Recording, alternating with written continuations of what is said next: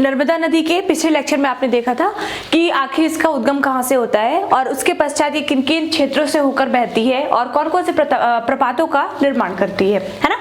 अब इस लेक्चर में नर्मदा नदी की बची हुई और चीजें देख लेते हैं, ज्यादा चीजें नहीं, थोड़ी चीजें बची हुई है। नर्मदा नदी को अन्य नामों से भी जाना जाता है, ठीक है, जैसे रेवा, मैकलसुता, नमोदास, सोमोदेवी इत्यादि। अगर कभी भी रेवा, मैकलसुता, नमोदास, नमोदास और सोमोदेवी इन नामों का जिक्र होता है तो आपको समझ जाना है कि नर्मदा नदी के नाम का जिक्र हो रहा है ना। चलिए अब हम बात कर लेते हैं नर्मदा नदी के लंबाई की, बहुत इंपॉर्टेंट है।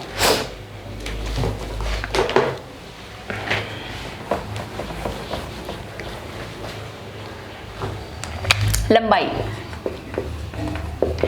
नर्मदा नदी की कुल लंबाई है 1312 किलोमीटर। 1312 किलोमीटर की दूरी ये तय करती है, मतलब उद्गम स्थल से लेकर के खंभात की खाड़ी तक पहुंचने में नर्मदा नदी को 1312 किलोमीटर की दूरी तय करनी पड़ती है और इसे ही कह सकते हैं कि नर्मदा नदी की कुल लंबाई 1312 किलोमीटर है, 1312 किलोमीटर। और 1312 किलोमीटर के साथ ही नर्मदा नदी मध्य प्रदेश की सबसे लंबी नदी मानी जाती है। मध्य प्रदेश की सबसे लंबी नदी और भारत की पांचवी बड़ी नदी मानी जाती है, पांचवी लंबी नदी मानी जाती है लंबाई के आधार पर। और इसके साथ ही भारत में ही बहने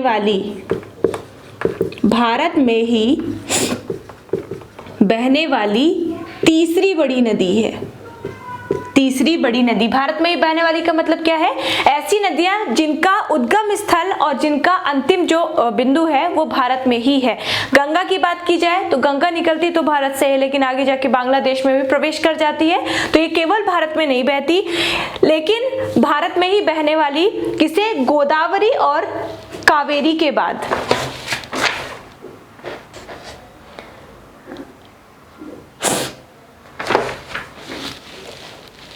एक मिनट,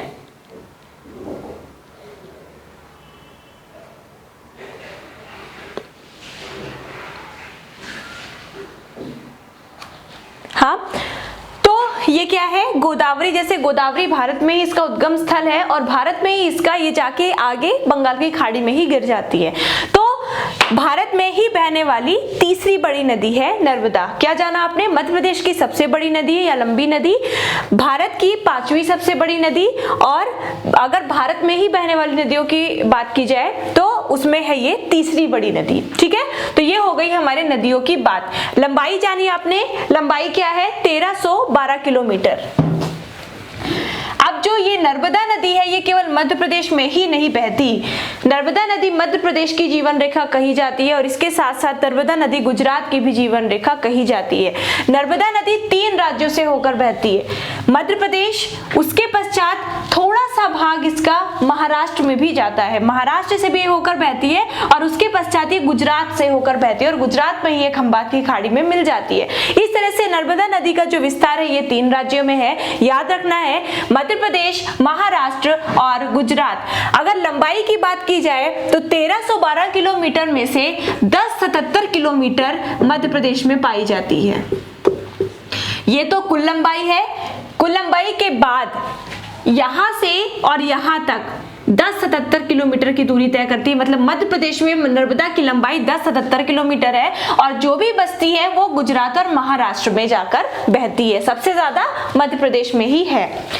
इसके अगर हम अपवाह क्षेत्र की बात करें, एरिया की बात करें, कितने एरिया को कवर करती है?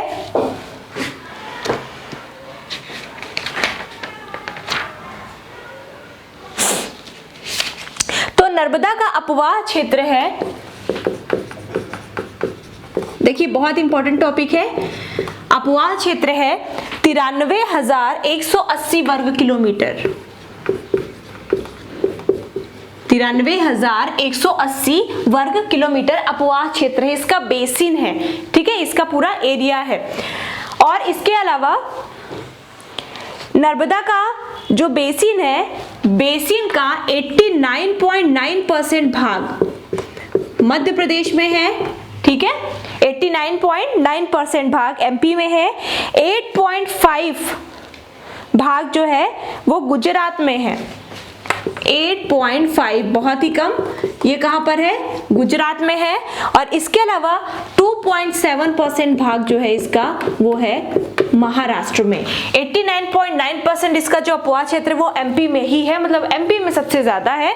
8.5% भाग गुजरात में है और 2.7% जो भाग है इसका वो महाराष्ट्र में है। ये हो गया मध्य प्रदेश की लंबाई और इसका जो अपवाह क्षेत्र है, ठीक है। देखिए नर्मदा नदी पर कई सारी परियोजनाएं भी शुरू की गई हैं। परियोजनाओं के चैप्टर में हम इसे अच्छे से पढ़ेंगे। यहाँ पर आप थोड़ी सी चीजें देख लीजिए। कई सारी परियोजनाएं चल रही हैं, लगभग 3,000 से 3,500 परियोजनाएं इसमें चलाई जा रही है, छोटी और बड़ी। इनमें से प्रमुख जो है वो हम देख लेते हैं।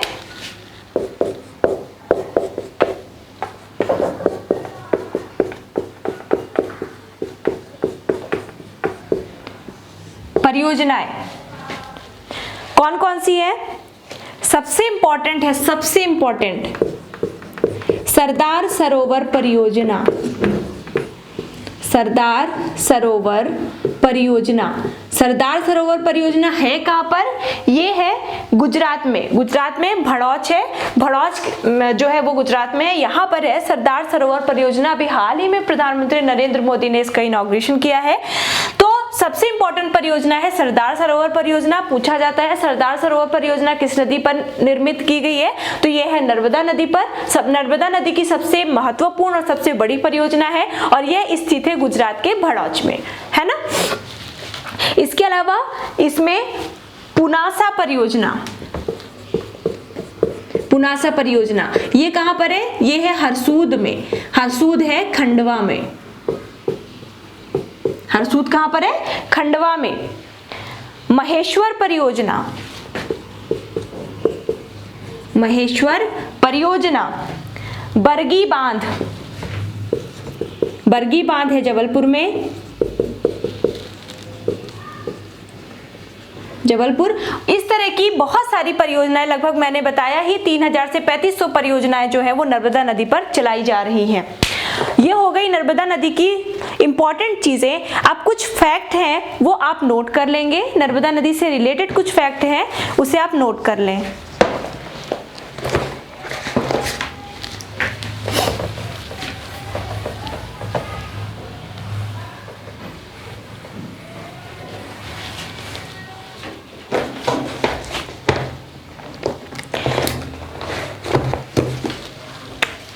पहला, नर्मदा नदी मध्य प्रदेश के मंडला, जबलपुर, मैप में देखते चलेंगे, मंडला, जबलपुर, नरसिंहपुर,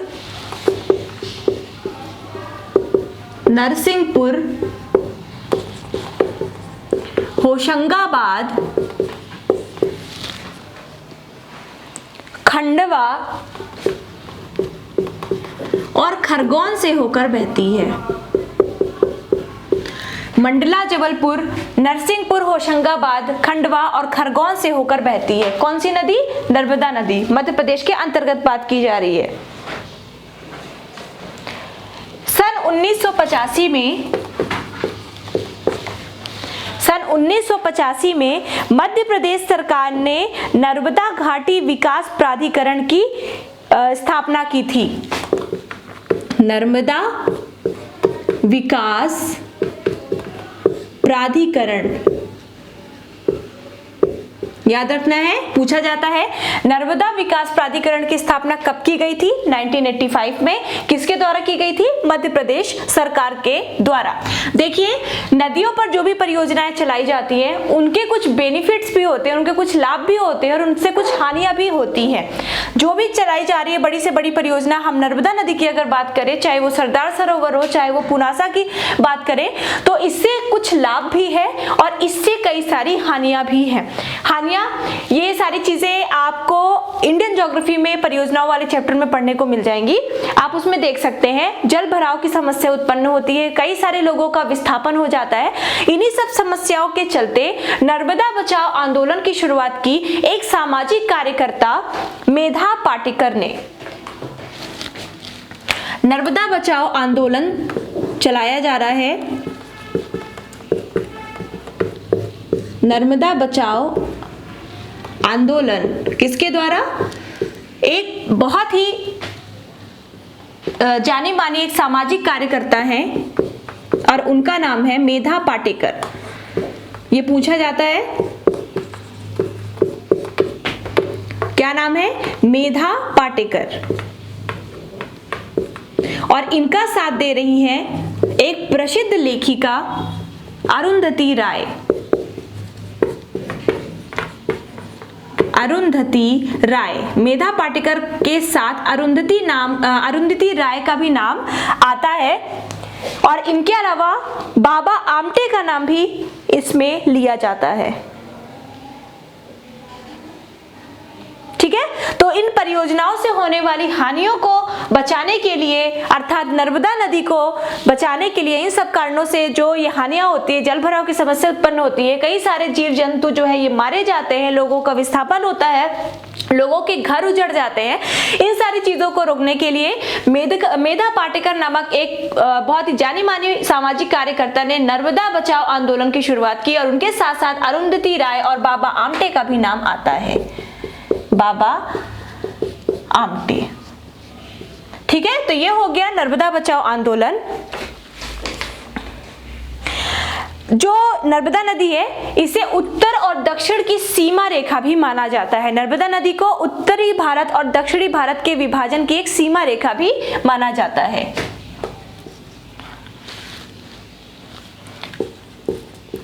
उत्तर व दक्षिणी भारत की सीमा रेखा, सीमा रेखा। ठीक है, अब देखिए नर्मदा में अब इससे ज्यादा क्वेश्चन शायद मेरे ख्याल से तो नहीं ही बन सकते। कुछ आप बुक प्रिफर कर सकते हैं, कोई भी आप उससे पढ़ सकते हैं। अगर आपको लगता है कि इसके अलावा भी क्वेश्चन बन सकते हैं तो आप किसी भी बुक को प्रिफर कर सकते हैं, उससे आपको और भी सारी चीजें मिल जाएंगी। लेकिन जो भी एग्जाम में आने लायक चीजें हैं वो लगभग इस वीडियो में तो कवर हो ही चुकी है। ये खत्म हो गई आपकी नर्मदा नदी, जो कि मध्य प्रदेश की सबसे महत्वपूर्ण नदी है। अब नर्मदा के बाद बारी आती है चंबल नदी की। ये चंबल नदी की चर्चा हम अपने अगले वीडियो में करेंगे विस्तार से। तब तक के लिए पढ़ते रहिए। Thank you very much.